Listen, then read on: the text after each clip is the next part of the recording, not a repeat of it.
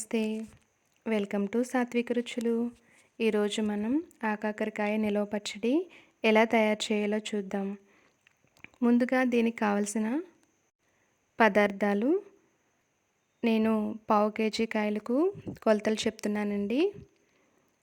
పావు కేజీ ఆకాకరకాయలు, ఆవాలు, మెంతులు, జీలకర్ర కలిపి దోరగా వేయించిన పొడి 1 స్పూను, కారం 2 స్పూన్లు, సాల్టు 1 స్పూన్, నిమ్మకాయలు 2, అరకప్పు ఆయిల్.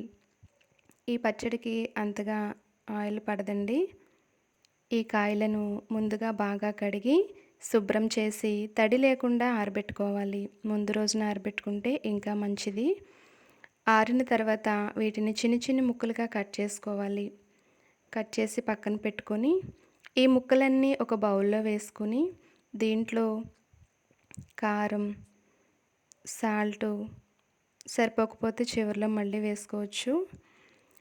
ఆవాలు, మెంతులు, జీలకర్ర కలిపి చేసిన పొడి వేసి బాగా కలిపి ఇప్పుడు నూనె మరియు ముందుగా గింజలు తీసి పెట్టుకున్న నిమ్మరసం వేసి అన్నీ ముక్కలకు పట్టేలాగా బాగా కలుపుకోవాలి.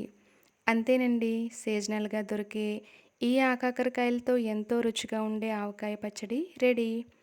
దీనిని గ్లాస్ జార్లోకి తీసుకొని ముక్క మునిగే వరకు నూనె వేసుకుంటే బయట అయితే నెల రోజులు, ఫ్రిడ్జ్లో అయితే 2 నెలల పాటు నిల్వ ఉంటుంది. తప్పకుండా మీరు కూడా ట్రై చేయండి. మీకు కనుక ఈ వీడియో నచ్చినట్లయితే లైక్ చేయండి, షేర్ చేయండి, సబ్స్క్రైబ్ చేయండి. Thanks for watching.